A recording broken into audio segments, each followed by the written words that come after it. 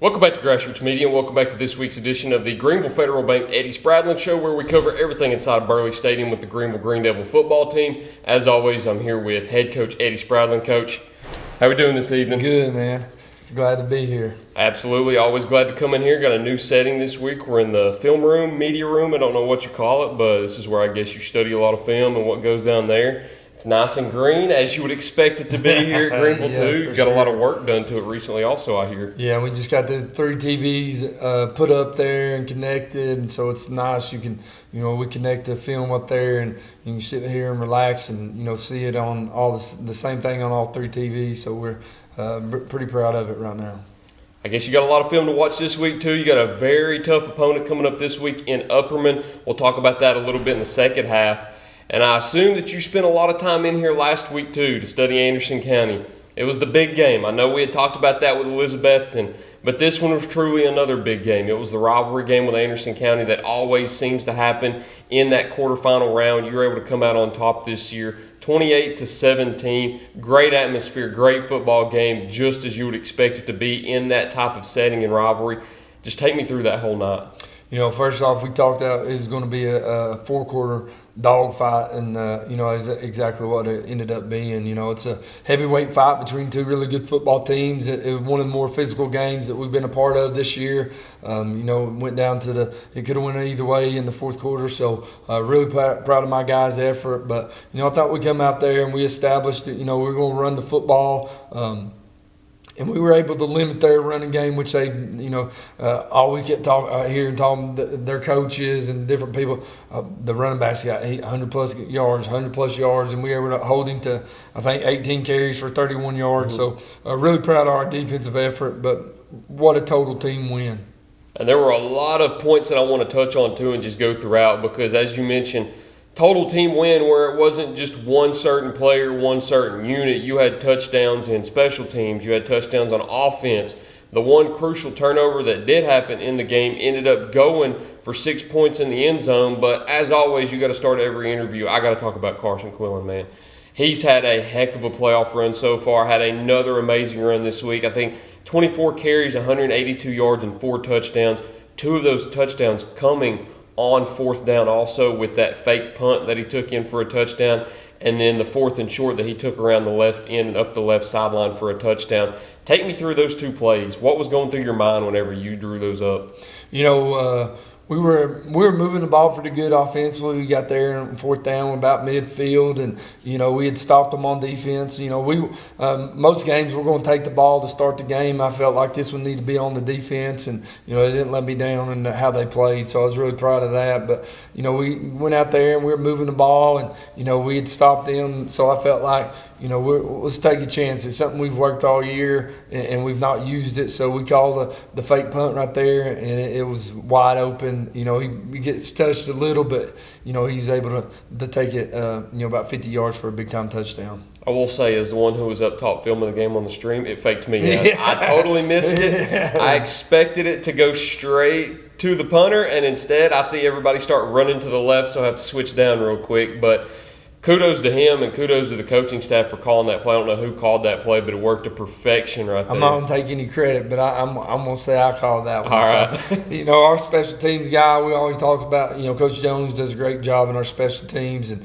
I go back and forth from offense to defense on the headsets, and he's on the defensive side of the headset. And, I was over there listening to offensive stuff and talking on it, and I just said, didn't even add. I said, we're going red punt, and we went out there and we were able to come out there and get a big conversion for a touchdown, which was big for us to get us going and get break the ice and get in the end zone, because we talked about before the previous 2 quarterfinal games, against Elizabethton, we were put up 7 points. Against Anderson County 2 years ago, we put up 7 points. I said, we got to score more than 7 points to win this football game. So, took a chance, rolled the dice right there, and we come out on top. So, you're going to be a hero or a zero in those type of plays, and, it went on, to our benefit. You had those 2 big plays on the punt return touchdown and the 4th and short that ended up going for a touchdown. He had another touchdown with a long run that he took around the left side. But to set that up, he had a big 33-yard catch over on the sideline. Drew pass interference. It didn't matter on that play. He was still able to haul it in. wanted to talk about that and wanted to talk about the passing game a little bit because Corbin had a good game, 5 of 9, I believe 74 yards, 33 of those went to Carson on that one play. But how about Hayden Goad? He had 4 catches for 41 yards, and when you needed somebody to catch the ball, it looked like Corbin was going to him almost every single time. Yeah, Hayden's an explosive player. You see what he does on defense, and we've got him involved more on offense as the years went on. He's a guy that he touches the football, he's got a chance to make something special happen. He runs really well. He's an explosive player. Excited about what he can bring to our offense in these big games. It's another dimension. There, everybody's like you talk about. You're going to try to stop that running game, and hats off to we're getting in them the power packages and just running the football with those guys and around the edge. And Emmanuel Dixon, Zach Crispin did a great job blocking, and then Carson finished that thing off on those 2 big runs in that. But really proud of that group and what they've been doing. But like you said, Corbin's probably played. We needed him to step up and play big half, and he stepped in there and played probably his best half he's played, just throwing the football, making good decisions. And for us to win the football game, we had to have that on Friday night. And a great game by the defensive unit. We mentioned that you held Nick Moog to only 31 yards. I think it was 1.8 yards per carry. Emmanuel Dixon, Nick Pillar, Bryson Myers, what a game they had containing him too. I know Nick had that interception to seal it all the way at the end right there, and then I think you had Bryson Myers that came up with the huge fumble recovery halfway through or towards the end of the third quarter that ended up being a key turning point in the game also. Sure. Anytime we can get a turnover, we talked about keys to success last week. We can't turn the football over, and that's one thing we've not talked about. We didn't turn the football over in that game. That was big for us, and be able to get 2 turnovers. I know one's there at the end that didn't really matter on for us, but it's able to get the football back and get them out of there. That was big. Keep them out of the end zone. Nick goes up, it's 4th down, and comes up with a big interception, so that was awesome. But the fumble recovery, they were struggling to move it on offense at times, and the way they scored, they had to do some type of trick play every time they scored during that those drives. But a couple of those guys were in great coverage, and those guys made some good plays. So really excited how that defense played. They're we try to preach relentless pursuit to the football, and that's how they're playing. We try to work that in practice, and it's showing up on Friday nights. I do have to add their first touchdown that they had on a trick play. I thought that was a fumble. Yeah. I thought it was a fumble. Hitting the ball's in there, he's hit the ball's in the air, he's tossing it. It's a crazy play. It looked like that's how they had it designed, but I don't think they had it designed for him to be hit and it go a little too high in the air because it looked like a rainbow back to the quarterback or receiver. I can't remember who got it, but one point I wanted to touch on also before we cut to a break is usually in a game that you win by double-digit points in 2 possessions, you usually don't lose the yardage battle. I think they ended up with 311 total yards. You had 248 total yards, but you end up winning the game by 11 points. That's something you don't see a lot of times.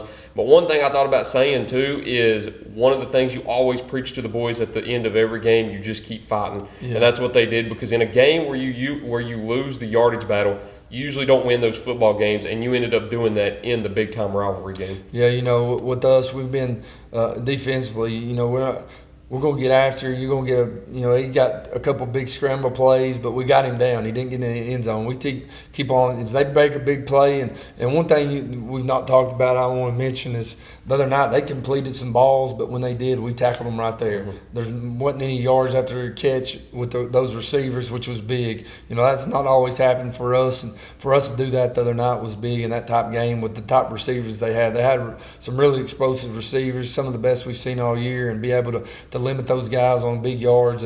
That number 6, I think he caught one pass across the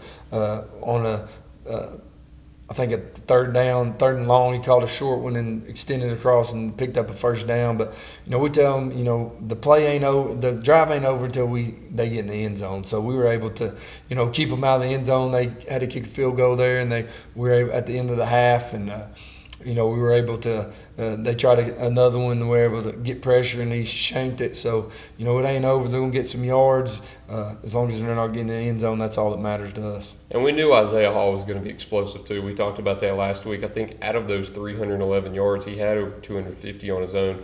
Off the top of my head, I'm wanting to think it's around the 260, 261 mark. And to have all but 50 yards come from him, I mean, that's pretty special, Yeah. but you were able to do a great job containing him. We had press all week that he can't get out on the edge. He throws his best balls when he's on the move outside the pocket.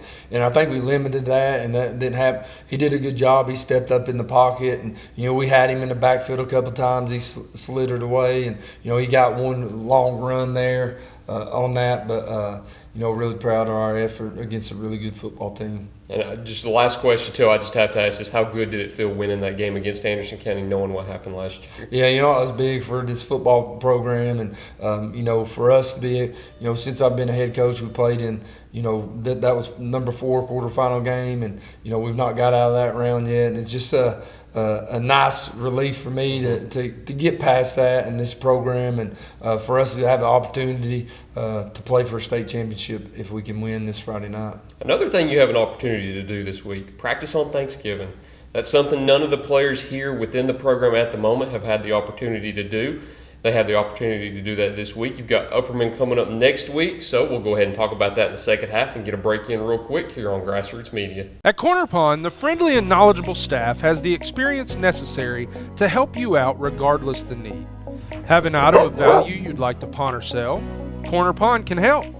They pawn numerous items of value, including firearms, tools, ammunition, silver, coins, and much more.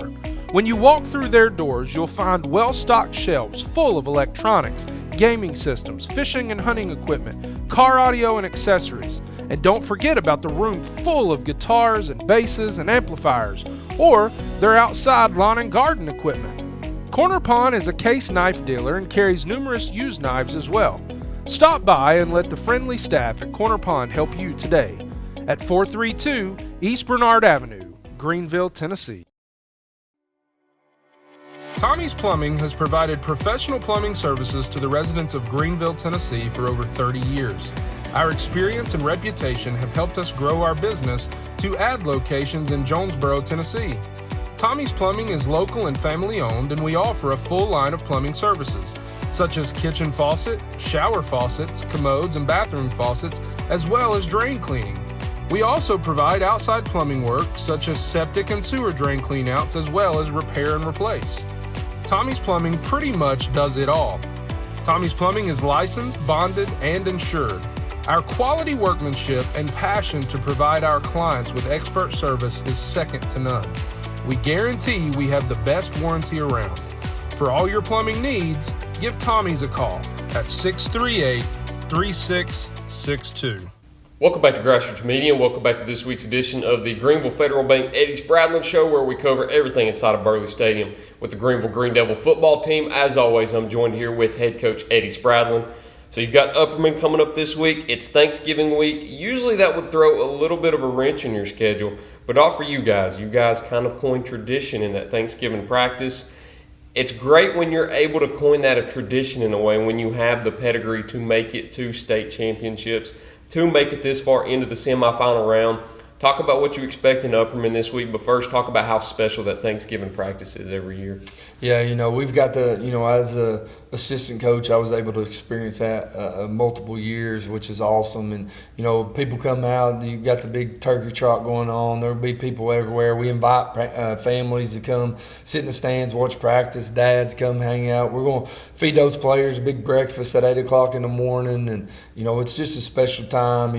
You think of Thanksgiving, everybody, what you're thankful for. And we're thankful for and blessed to have this opportunity to practice on Thanksgiving. We're not, today we came in this morning at 8 o'clock. We fed them breakfast, had a really good practice. It rained on us a little, but then we come in here and a couple of families provided a meal for us. We had chicken tenders and chicken nuggets and mashed potatoes, macaroni, and all kinds of sides and fruit and desserts to go with it, and just a special, just people taking care of these guys and feeding them, and then you get to do that again tomorrow, and so it's a special time, and like you said, there's not many people get to do that, and for us to, that's our goal every year. We want to be able to practice on Thanksgiving, and because when you're practicing on Thanksgiving, it gives you an opportunity to play for a state championship.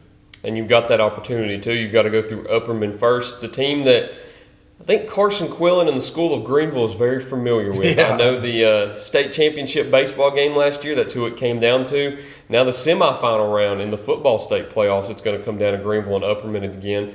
It's two of the top schools within Class 3A in baseball and then within Class 4A in football. Talk about what you expect out of them this upcoming Friday night. It's going to be another big-time game, a big-time opponent. I was looking at some stuff. I think this is only a semifinal game where two undefeated teams are matching up with each other. So, for anybody to get to this point being undefeated, that's pretty dang special and tough without what everybody has to play. But, really good football team, a really physical football team. You got a big, they average 260 plus on their offensive line.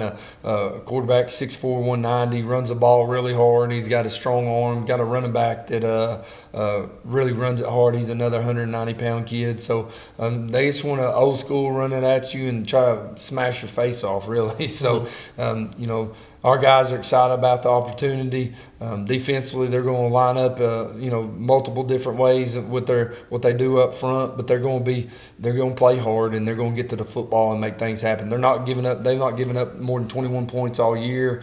I think that only happened once. So a really good football team that'll present a big challenge for us. What are some of the things you're going to do offensively? Well, not some of the things you're going to do. Don't give away the whole playbook. But what are some of the ideas that you might have in place to be able to penetrate their defense a little bit and kind of poke holes into it? Really, I think we got to do the same stuff that we've done all year to get us this point. We're not going to come in and change a bunch of stuff just because, it's a semifinal game. We're here for a reason. I think of what we've done offensively and how we played in special teams and defense. So we're going to continue to do those same little things. We're going to have our different wrinkles here, get the ball to different guys. But, everybody's going to try to key on the run game for us. So our offensive line's got to be very big in this game. And we've got to be able to get the ball to some of these playmakers on the edge and let them try to make some plays for us. And I know something that we had talked about weeks ago during senior night was that you still had this opportunity to play 4 weeks into the playoffs at home.